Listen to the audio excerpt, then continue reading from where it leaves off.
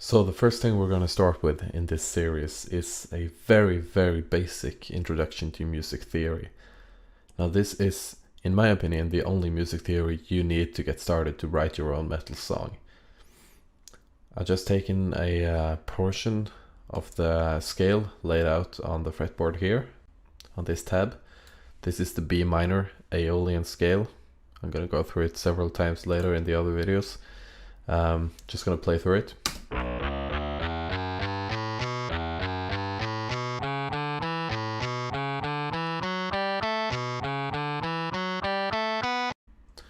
And this is basically everything that you need. This is what you're going to look at when you're writing your rhythm stuff, your riffs, and this is what you're going to look at when you're writing your melody. And how I want you to think about this is that I want you to think about this as base points for your riffs, for your chords, for basically anything. Let's say that you wanna play a couple power chords and you're thinking, well, where on the neck can I play a power chord? Where can I make it sound good? Thing is that you can build power chords off of any of these. You can build a power chord here. Sorry. You can build a power chord here. As long as you know what a power chord looks like, you can start your power chord on any of these notes.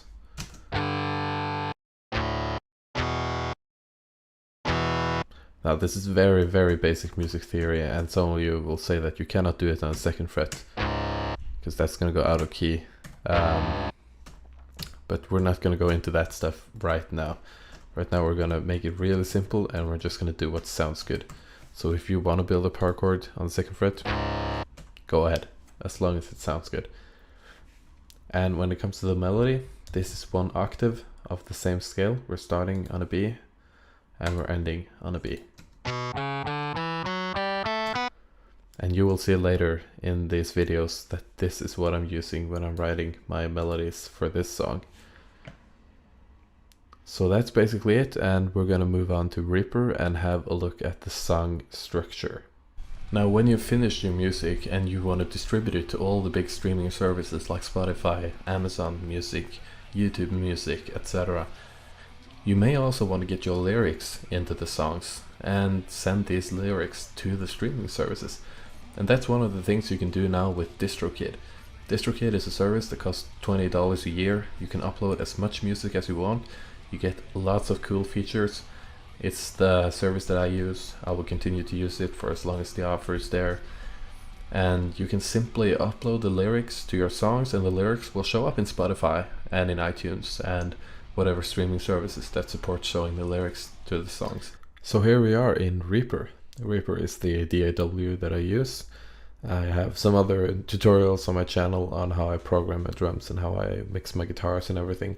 So if you have any questions about that, just check out my other videos. Now what we're going to talk about here is we're going to talk a little bit about song structures, and we're gonna talk about keeping it simple. As I'm saying, we're running by the KISS principle, keep it simple, stupid.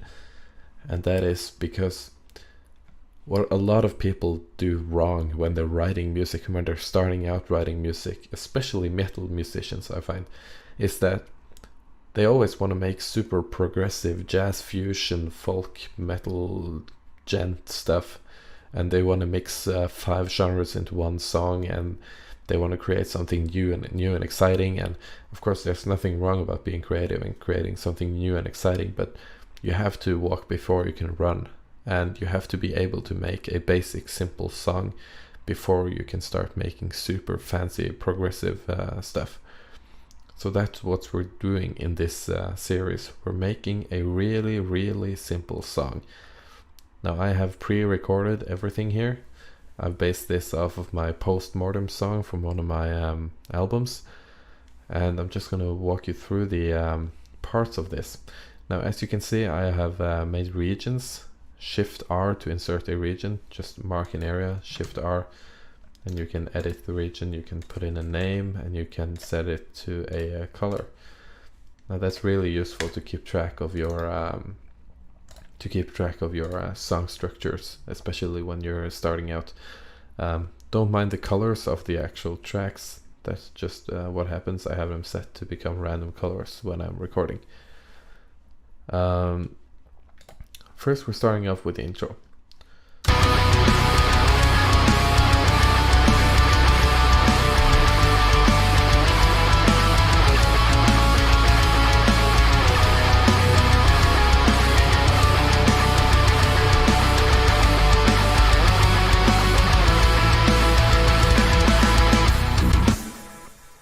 The intro is in this song really similar to the chorus. The only difference is the rhythm guitars. In the intro they're just playing chords, and in the chorus they're actually playing some kind of a metal riff containing the same chords. But this is our intro. Then we're moving on to a verse.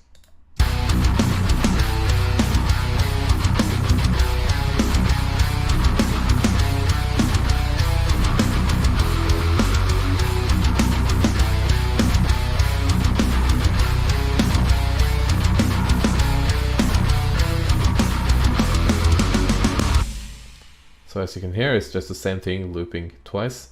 And also notice that all the parts of this song are the exact same length. I'm not cutting any bars, I'm not making it sound confusing or anything. Everything is the same length, and that is just to make it simple, really simple. And then comes our pre-chorus. That's what you want to use it to build the tension before the chorus. You want to make a part that signalizes that, hey, there's something new coming here.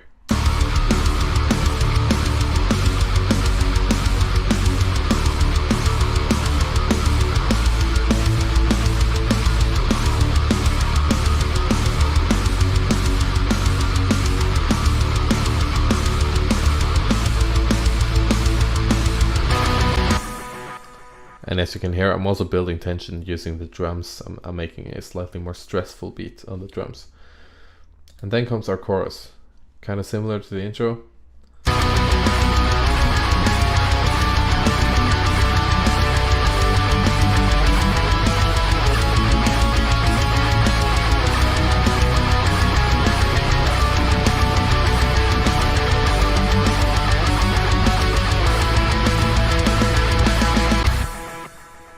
Again, it's the same length as the other parts, and after the chorus comes the verse. Now notice how the song structure repeats. After the intro we have verse, pre-chorus, chorus. And after the chorus we have verse, pre-chorus, chorus. And for the sake of simplicity here, I've just copied and pasted the parts. I know some of you may be very anti-copy-paste, but that's what we do when we're making this stuff really simple. So the chorus comes again, and after the second chorus I like to put in a bridge. Now what is a bridge? Well, it's kind of the part of the song where you mix things up, where you do something a little bit different. And the bridge can be either a version of the intro, it can be a different version of a verse.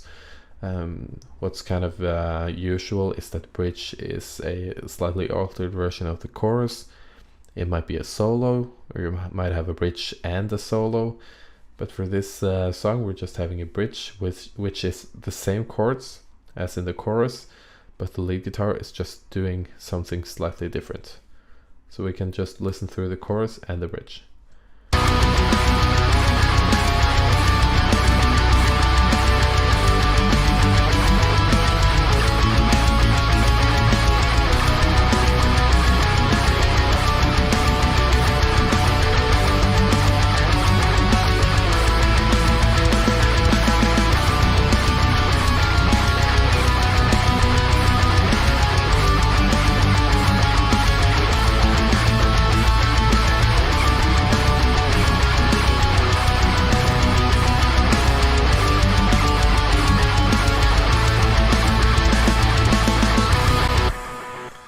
And then, as you can see, we're coming back to the outro, which I've colored the same as the intro.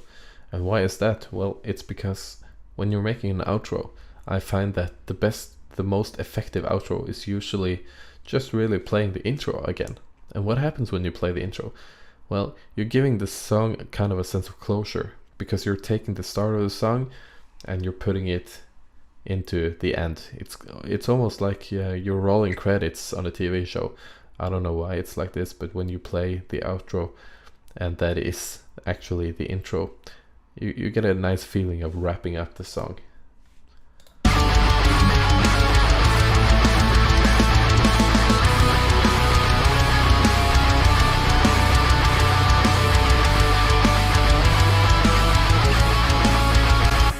that is just exactly the same thing as the intro.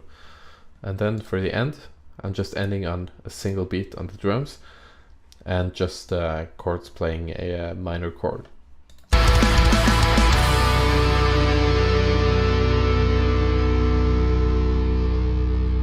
And then just fading those out.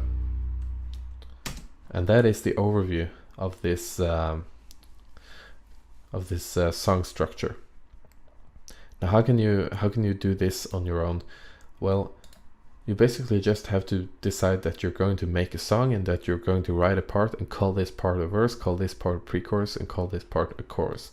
It doesn't really matter what the part sounds like, even though it's normal to kind of have a nice melody and some chords in the chorus, have a kind of stressful pre-chorus, and have a basic verse that fits with some vocals on top. But it doesn't have to be like that. The only thing is that you have to really decide to make a structured song.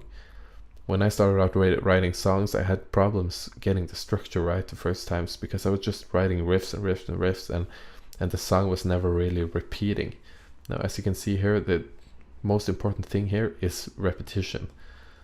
Your song has to have repeating parts in order for it to sound like a complete song and just not a whole bunch of riffs mashed together. So having parts that repeat is really important, and it's a lot simpler than what you might think.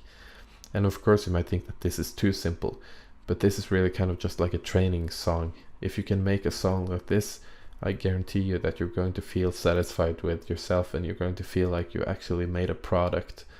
And when you've made this, you can always go in and add some more parts, add some transitions, add maybe a second bridge or a different outro, something different at the end. But having this simple starting foundation is a really good thing when you're starting out writing music. So I hope you got a slight introduction to music theory and song structure, and that you're able to keep it simple. And in the next videos we're going to go into how I'm actually approaching making these riffs and these melodies, the bass lines, and how I put chords under the melodies. So I'll see you in the next videos. Now, when you've finished your song, you need to release it somewhere, and the best service out there to release your music is through DistroKid. DistroKid is a service where you basically just pay $20 a year and you can release as much music as you want to all the big services like iTunes, Spotify, Amazon, Google Music, YouTube Music, anything. And they've also added some new cool features lately, including the synchronized global release, which basically lets you ignore time zones when you release music. So that if you release music on a specific date, people around the world can listen to it instantaneously and don't have to wait until their time zone says the same time as the country that you released it in, and so on. It basically gives you the power to control the time zones of your music releases.